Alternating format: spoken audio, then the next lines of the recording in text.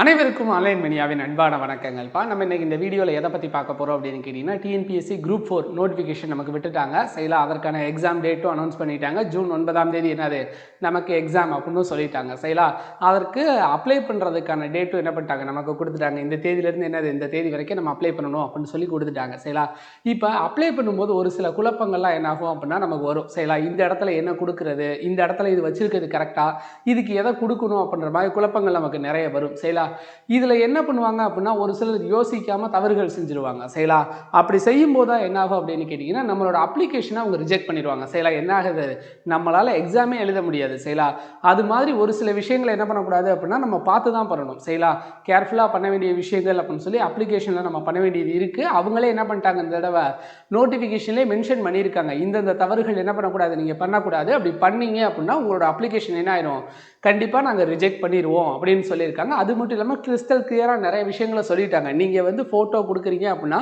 இந்த சைஸில் தான் இருக்கணும், இந்த கேபியில் தான் இருக்கணும் அப்படிங்கிற மாதிரி நிறைய இன்ஃபர்மேஷன் நம்ம கொடுத்துருக்காங்க. ஒரு சிலர் வந்து என்ன பண்ணணும்னா அதை தெரிஞ்சுக்கணும் அப்படின்னு தான் சொல்கிறேன். எடுத்தோடனே எக்ஸாம் போட்டுட்டாங்க அப்படின்னு நம்ம டேரெக்டாக போய் என்ன பண்ணிடக்கூடாது, அப்ளை பண்ணக்கூடாது. அவங்க என்ன கேட்டிருக்காங்க, நம்ம என்ன பண்ணணுங்கிறத தெரிஞ்சுக்கிட்டு தான் என்ன பண்ணணும், நம்ம அப்ளை பண்ணவே ஆரம்பிக்கணும். சரிங்களா, அதை பற்றி தான் இந்த வீடியோவில் பார்க்க போகிறோம். அதுதான் என்னது ரொம்ப ரொம்ப முக்கியம் அப்படின்னு நான் சொல்கிறேன். சரிங்களா, ஏன்னா அப்ளிகேஷன் ரிஜெக்ட் பண்ணுறதுக்கான வாய்ப்புகள் இருக்குது அப்படின்னு சொல்லி அவங்களே சொல்லிட்டாங்க.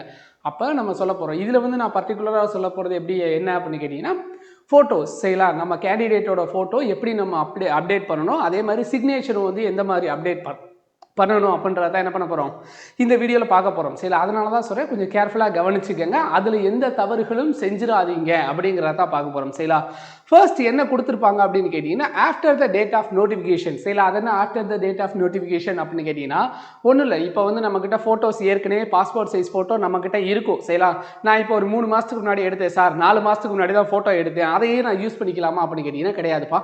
அதை நீங்கள் தயவு செஞ்சு யாருமே யூஸ் பண்ணாதீங்க. உங்களோட சேஃப்டி பர்பஸ்க்காக நான் சொல்கிறேன். சரிங்களா, ஏன்னா ஒரு சில நேரங்களில் அவங்க கேட்டிருக்கதை வந்து நம்ம கரெக்டாக கொடுத்தாதான் நமக்கு எந்த பிரச்சனைகளும் இல்லை. சரிங்களா, என்கிட்ட இருக்குது, நான் அதை அப்படியே கொடுக்க போகிறேன் அப்படின்றது என்ன ஆகும், பிரச்சனை தான் ஆரம்பிக்கும். ஏன் அப்படின்னு நான் சொல்கிறேன் பாருங்களேன்.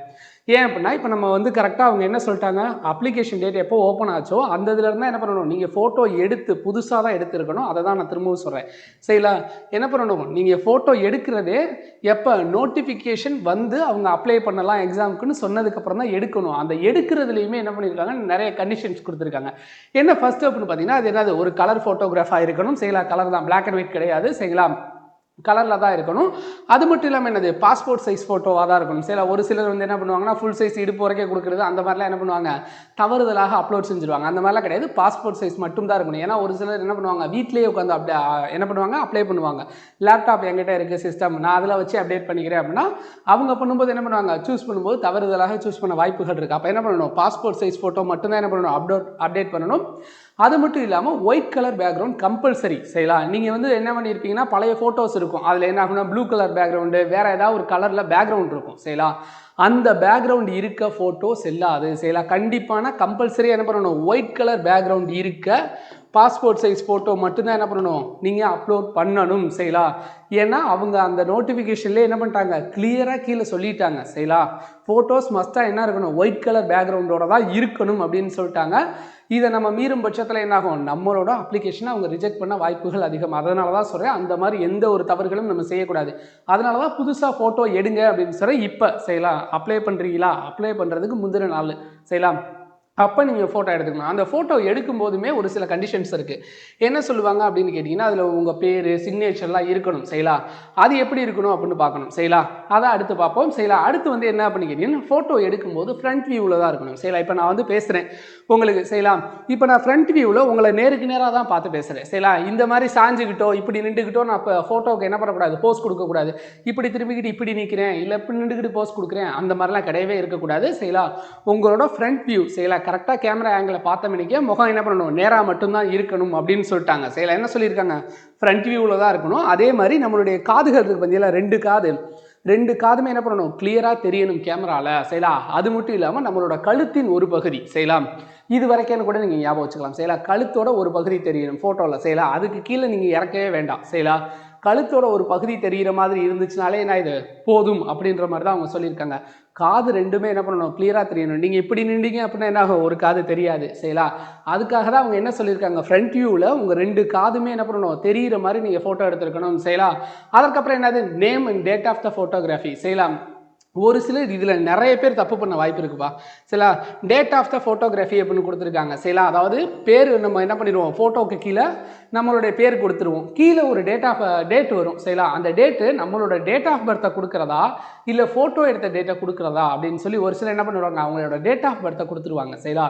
அது மிகப்பெரிய தவறு. ஏன் அப்படின்னு கேட்டிங்கன்னா, அவங்க என்ன கேட்டிருந்தாங்க, டேட் ஆஃப் த ஃபோட்டோகிராஃபின்னு கேட்டிருக்காங்க. எதற்காக அப்படின்னு பார்த்தோம்னா, ஃபஸ்ட்டு பாயிண்ட்டே நம்ம என்ன சொன்னோம், நோட்டிஃபிகேஷன் வந்ததுக்கு அப்புறம் தான் நம்ம ஃபோட்டோவே எடுக்கணும்னு சொல்லியிருந்தோம். அப்போ நம்ம என்னைக்கு ஃபோட்டோ எடுத்தோமோ அந்த ஃபோட்டோ எடுத்த டேட்டை தான் என்ன பண்ணணும், அந்த ஃபோட்டோக்கு கீழே, இப்போ இந்த எக்ஸாம்பிளுக்கு இங்கே ஒரு ஃபோட்டோ இருக்குது பாருங்களேன், இந்த ஃபோட்டோக்கு கீழே உங்களோட பேர் இருக்கும். சரிங்களா? தினேஷ்னு இருக்குது அப்படின்னா தினேஷ்னு வந்துடும். செய்யலாம். அதற்கு கீழே தான் என்ன பண்ணணும் அப்படின்னா, இன்னைக்கு 4ஆம் தேதி. செய்யலாம். அப்படின்னா 4ஆம் தேதி எடுத்த ஃபோட்டோ, அந்த மாதம், அடுத்து என்னது, வருடத்தை நம்ம மென்ஷன் பண்ணணும். என்னைக்கு எடுத்தீங்களோ அதை தான் என்ன பண்ணணும், நம்ம மென்ஷன் பண்ணியிருக்கணும். செய்யலாம். அதுக்கடுத்து பாஸ்போர்ட் சைஸ் ஃபோட்டோ அப்படின் போதே காமனாக ஒரு சைஸ் இருக்கும். செய்யலாம். அது என்ன சொல்லுவாங்க, 4.5 சென்டிமீட்டர். செய்யலாம். எவ்வளோவில் இருக்கணும், அதோட உயரம். செய்யலாம். ஹைட்டு 170 பிக்சல் எடுத்துருக்கணும். அடுத்து என்னது, அதோட அகலம். செய்யலாம். 3.5 சென்டிமீட்டர் அகலம் இருக்கணும். செய்யலாம். இதில் ஒரு விஷயம் இருக்குது. செய்யலாம். காமனாகவே பாஸ்போர்ட் சைஸ் ஃபோட்டோனா இந்த சைஸில் தான் இருக்கும். இதில் என்ன வித்தியாசம் அப்படின்னு கேட்டிங்கன்னா, இதற்குள்ளேயும் ஒரு விஷயம் சொல்லியிருக்காங்க. இதையும் என்ன பண்ணணும், நம்ம கணக்கில் எடுத்துக்கணும். செய்யலாம். அதற்காக தான் என்ன பண்ணியிருக்காங்க, கிளியராக அவங்களே மென்ஷன் பண்ணியிருக்காங்க. நீங்கள் சிக்னேச்சர் எந்த அளவுகளில் வச்சுருக்கணும், உங்களோட முகம் எந்த அளவில் தெரியணும் அப்படிங்கிறதையும் அவங்க சொல்லியிருக்காங்க. செய்யலாம். அப்போ கேண்டிடேட் உங்களோட ஃபோட்டோ இருக்குது பார்த்தீங்களா, அது எவ்வளவில் இருக்கணும், 3 சென்டிமீட்டரில் இருக்கணும். ஏன்னா 4.5 சென்டிமீட்டர் அப்படின்னு சொல்லி என்ன பண்ணியிருந்தோம், நம்ம சொல்லியிருக்கோம். அதில் உங்களுடைய ஃபேஸ் எவ்வளவுக்கு இருக்கணும், 3 சென்டிமீட்டர் இருக்கணும். மீதி எவ்வளவு இருக்குது, 1.5 சென்டிமீட்டர் பேலன்ஸ் இருக்குது. அந்த 1.5 சென்டிமீட்டர் தான் எதற்குரிய இடம், உங்களுடைய கையெழுத்து, சாரி, அந்த டேட் ஆஃப் பர்த், உங்களுடைய பெயர் மற்றும் டேட் ஆஃப் ஃபோட்டோகிராஃபி. செய்யலாம். நீங்கள் என்னைக்கு ஃபோட்டோ எடுத்தீங்களோ அந்த டேட்டையுமே என்ன பண்ணுறது கொடுத்துருப்பீங்க பார்த்தீங்களா, ஒரு சின்ன பாக்ஸில். அதற்கான இடம் தான் என்னது, அந்த 1.5 சென்டிமீட்டர் அப்படின்றது. செய்யலாம். ஓகே. அடுத்து வந்து என்னது, name and date of the photography 1.5 centimetre. இப்போ புரியுதா உங்களுக்கு, 4.5 சென்டிமீட்டர் ஹைட்டுன்னு சொன்னாங்க. அதில் 3 சென்டிமீட்டர் என்னது, நம்மளுடைய ஃபோட்டோ. மீதி இருக்க 1.5 சென்டிமீட்டர் என்னது, நம்முடைய நேம் மற்றும் என்னைக்கு ஃபோட்டோ எடுத்தோமோ அந்த டேட்டு அப்படின்றத என்ன பண்ணணும், அந்த இடத்துல நம்ம கொடுக்கணும். கரெக்டாக பர்டிகுலராக நம்ம என்ன பண்ணுங்க, பார்த்து அப்ளை பண்ணுங்கள். செய்யலாம். அடுத்து என்ன அப்படின்னு கேட்டிங்கன்னா, டிஜிட்டல் ஃபார்மேட். டிஜிட்டல் ஃபார்மேட்டில் என்ன அப்படின்னு கேட்டிங்கன்னா, நம்மளுடைய ஃபோட்டோவை என்ன பண்ணுவோம், ஸ்கேன் பண்ணி வச்சுருப்போம். செய்யலாம். இப்போ வந்து ஃபோட்டோ எடுத்துட்டோம் அப்படின்ற பட்சத்தில் என்ன பண்ணுவாங்க, பிரிண்ட்டை நம்ம போய் நெட் சென்டர்லையோ எங்கேயோ அப்ளை பண்ணுறோம் அப்படின்னா, அவங்கள்ட்ட ஃபோட்டோ கொடுத்தோம் அப்படின்னா என்ன பண்ணுவாங்க, அவங்க அதை ஸ்கேன் பண்ணுவாங்க. ஸ்கேன் பண்ணி தான் என்ன பண்ணுவாங்க, அப்ளையே பண்ணுவாங்க. செய்யலாம். ஒரு சிலர்கிட்ட என்ன பண்ணுவாங்கன்னா, அந்த மாதிரி ஸ்கேன் பண்ணியிருக்க மாட்டாங்க. செய்யலாம். அவங்ககிட்ட வந்து என்னது, ஹார்ட் காப்பி மட்டும்தான் இருக்கும். அவங்களுக்கு என்ன சொல்லியிருக்காங்க அப்படின்னா, ஏன்னா அந்த நெட் சென்டர் போகாமல் ஒரு சிலர் வீட்டில் அப்ளை பண்ணுவாங்க. அவங்க என்ன பண்ணணும் அப்படின்னு சொல்லியிருக்காங்க. செய்யலாம். உங்களுடைய பாஸ்போர்ட் சைஸ் ஃபோட்டோ. செய்யலாம். அதில் என்ன பண்ணணும், இதற்கு முன்னாடி நான் சொன்ன எல்லா கண்டிஷன்ஸும் அப்ளை ஆகிருக்கணும். செய்யலாம். 3 சென்டிமீட்டர் இருக்கணும். இது ஒரு 1.5 சென்டிமீட்டர் இருக்கணும். அதில் என்ன பண்ணியிருக்கணும், ஒயிட் கலர் பேக்ரவுண்டோடு இருக்கணும். எல்லாத்தையும் ஃபாலோ பண்ணியிருக்கணும். அந்த ஃபோட்டோ உங்கள்கிட்ட இருக்குது. ஆனால் அது சாஃப்ட் காப்பியாக என்கிட்ட இல்லை. சரிங்களா, டிஜிட்டலில் இல்லை. அப்போ நான் என்ன பண்ணலாம் அப்படின்னு கேட்டிங்கன்னா, அவங்க என்ன சொல்லியிருக்காங்க, ஒரு ஒயிட் கலர் பேப்பரில் உங்களோட ஃபோட்டோவை வச்சு என்ன பண்ணணும், ஒட்டிக்கிங்க. சரிங்களா. ஒட்டிட்டு அதுக்கப்புறம் என்ன பண்ணுங்க, அதை உங்களோட ஃபோன் கேமராலேயோ இல்லை எதுலேயோ ஸ்கேன் பண்ணி எடுத்துக்கணும். சரிங்களா. ஸ்கேன் பண்ணி எடுத்துடணும். சரிங்களா. அதோட ரெசல்யூஷன் என்னவாக இருக்கணும், 200 dpiயில் இருக்கணும். சரிங்களா. நீங்கள் ஸ்கேன் பண்ணுறதுக்கு என்ன இருக்கும், ஏன்னா நீங்கள் ஃபோனில் பண்ணுறீங்க. சரிங்களா. அப்போ அதற்கான ரெசல்யூஷன் என்னவாக இருக்கணும் அப்படின்னு கேட்டிங்கன்னா, 200 dpiயில் வச்சுட்டு அதற்கான சைஸுமே இருக்குது. சரிங்களா. நம்ம எடுக்கும்போது கேமராவில் என்ன ஆகும் அப்படின்னு கேட்டிங்கன்னா, 1 MP 4 MP, ஏன்னா நம்மளோட ஃபோன் கேமராஸ் என்னது 64 MPயில் இருக்குது சார், 128 MP கேமராலாம் இருக்குது சார்னு சொல்கிறோம். சரிங்களா. இப்போ 128 MPயில் எடுத்து நம்மளால் அப்லோட் பண்ண முடியுமா, முடியாது. அப்படி பண்ணக்கூடாது. சரிங்களா. அப்போ அவங்க ஒரு சைஸ் கொடுத்துருப்பாங்க. இந்த சைஸ்க்குள்ளே மட்டும்தான் என்ன பண்ணணும், அந்த ஃபோட்டோவோட சைஸே இருக்கணும். அதை தான் என்ன பண்ண முடியும், நம்ம அப்ளை பண்ண முடியும். அப்படியே அவங்க ஃபோட்டோக்கு என்ன சைஸ் கொடுத்துருக்காங்க அப்படின்னு பார்த்தீங்கன்னா 20 KB. சரிங்களா. என்னது 20 KB டு 50 KB தான் என்னது அதற்கானது. சரிங்களா. 20 KB முதல் 50 KBக்குள்ளே தான் என்ன பண்ணணும், JPG ஃபார்மேட்டில் நம்ம அதை ஃபோட்டோவை அப்லோட் பண்ணணும். செய்யலாம். அதற்கடுத்து சிக்னேச்சர்னு ஒன்று இருக்கும். செய்யலாம். ஃபோட்டோ நம்ம அப்டேட் பண்ணியாச்சு. செய்யலாம். இது எல்லாத்தையும் ஃபாலோ பண்ணிட்டோம். செய்யலாம். நம்மளே போய் கடையில் கொடுத்து என்ன பண்ணலாம், ஸ்கேன் பண்ணி அப்ளை பண்ணலாம். வீட்டில் பண்ணுறீங்க அப்படின்னா இந்த ரூல்ஸ் எல்லாம் நீங்கள் ஃபாலோ பண்ணணும். செய்யலாம். 20 KBலேருந்து 50 KBக்குள்ளே இருக்கணும். எல்லாத்தையுமே என்ன பண்ணணும், ஃபாலோ பண்ணணும். செய்யலாம். அதற்கடுத்து சிக்னேச்சர். செய்யலாம். சிக்னேச்சர் நம்மளுடைய கையெழுத்து என்ன பண்ணுவாங்க, ஸ்கேன் பண்ணி நம்மளை அப்லோட் பண்ணுவோம். ஏன்னா ஓஎம்ஆர்லையும் இருக்கும் சரிங்களா. நம்ம எக்ஸாம் சென்டரில் போயுமே என்ன பண்ணுவோம், நம்ம சைன் போடுவோம். பக்கத்துலேயே என்ன இருக்கும், நீங்கள் அப்ளை பண்ணும்போது போட்ட சைனும் என்ன இருக்கும், அதில் இடம் பெற்று இருக்கும் சரிங்களா. அப்போ அதே மாதிரி தான் நம்ம போடுற மாதிரி இருக்கும். இப்போ சிக்னேச்சரை நீங்கள் எந்த இங்கில் போடுவீங்க அப்படின்னு கேட்டிங்கன்னா 2 இங்க் தான்ப்பா, ப்ளூ ஆர் பிளாக் சரிங்களா. 2 இங்கில் மட்டும்தான் என்ன பண்ணியிருக்கணும், சைனே போட்டிருக்கணும். நீங்கள் அப்லோட் பண்ணும்போது இந்த 2 கலரில் தான் அது இருக்கணும். ப்ளூவில் இருக்கணும், இல்லை பிளாக் கலரில் இருக்கணும் சரிங்களா. அதுவும் என்னது 200 டிபிஐயில் இருக்கணும் சரிங்களா. ஸ்கேன் பண்ணி எடுப்பீங்க, ஏன்னா அதையும் என்ன பண்ணுவோம், ஸ்கேன் பண்ணி அதை அப்லோட் பண்ணுவோம் சாஃப்ட் காப்பியாக. அதுவும் என்னது 200 டிபிஐயில் இருக்கணும். அதற்கடுத்து என்னது சிக்னேச்சரோட சைஸ் அது எவ்வளவு இருக்கணும் அப்படின்னு பார்த்தீங்கன்னா 10 கேபியிலேருந்து 20 கேபி தான் இருக்கணும் சரிங்களா. எத்தனை கேபி, 10 கேபியிலேருந்து 20 கேபி தான் இருக்கணும். ஃபோட்டோ எத்தனைக்கு சொல்லியிருந்தோம், 20லேருந்து 50 கேபி இருக்கணும் ஃபோட்டோ. நம்மளுடைய சிக்னேச்சர் என்னது 10லேருந்து 20 கேபிக்குள்ளே தான் நம்ம சிக்னேச்சர் கண்டிப்பான முறையில் இருக்கணும் சரிங்களா. அதற்கப்புறம் என்ன சொல்லுவாங்க, நீங்கள் அப்லோட் பண்ணுற சைன் மற்றும் ஃபோட்டோ எந்த அளவுக்கு கிளியராக இருக்கணும் அப்படின்றது முக்கியம் சரிங்களா. ஒரு சிலர் என்ன பண்ணுவாங்கன்னா மங்கலான ஃபோட்டோவை எடுத்து அதை நீங்கள் கொடுத்து அப்ளை பண்ணிடலாம். அந்த மாதிரி இருக்கிற பட்சத்தில் உங்களோட அப்ளிகேஷன் என்ன பண்ணிடுவாங்க, ரிஜெக்ட் பண்ணிடுவாங்க. அதை அவங்க கிளியராகவே மென்ஷன் பண்ணிட்டாங்க. கொடுக்கக்கூடிய ஃபோட்டோ சிக்னேச்சர் கிளியராக இருக்கணும் சரிங்களா. நீங்கள் இதை கிளியராக கொடுத்தா மட்டும்தான் உங்களுடைய அப்ளிகேஷன் ரிஜெக்ட் ஆகாது அப்படின்னு சொல்லியிருக்காங்க சரிங்களா.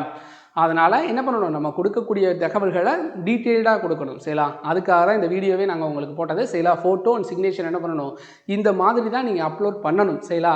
யாரோ ஒருத்தர் தெரியாதே உட்காந்து அப்லோட் பண்ணுறேன் இல்லை, என் ஃப்ரெண்டு அப்லோட் பண்ணுறியா சார், நான் அவன்கிட்ட கொடுத்துட்டேன் அப்படின்னா அவங்களுக்கும் அது தெரிஞ்சிருக்கான்னு ஃபஸ்ட்டு நீங்கள் தெரிஞ்சுக்கங்க. ஏன்னா அவங்க அப்ளை பண்ணும்போது என்ன பண்ணலாம், ஏதாவது ஒரு தவறுகள் நடக்கலாம் சரிங்களா. அதனால் எந்த விதமான தவறுகளுக்கும் நீங்கள் ஆரம்பத்திலே இடம் கொடுக்காதீங்க அப்படிங்கிறதுக்காக தான் நான் சொல்ல வரேன் சரிங்களா. ஸ்டார்டிங்லேயே கொஞ்சம் கேர்ஃபுல்லாக பண்ணுங்கள் சரிங்களா, அப்ளை பண்ணும்போது சரிங்களா. இதே மாதிரி மற்ற கரெக்ஷன்ஸ் என்னென்ன இருக்குது அப்படிங்கிறத இன்னொரு வீடியோவில் கண்டிப்பாக நம்ம பார்க்கலாம் சரிங்களா. அனைவருக்கும் நன்றி, வணக்கம் சரிங்களா. இன்னொரு வீடியோவில் பார்க்கலாம்.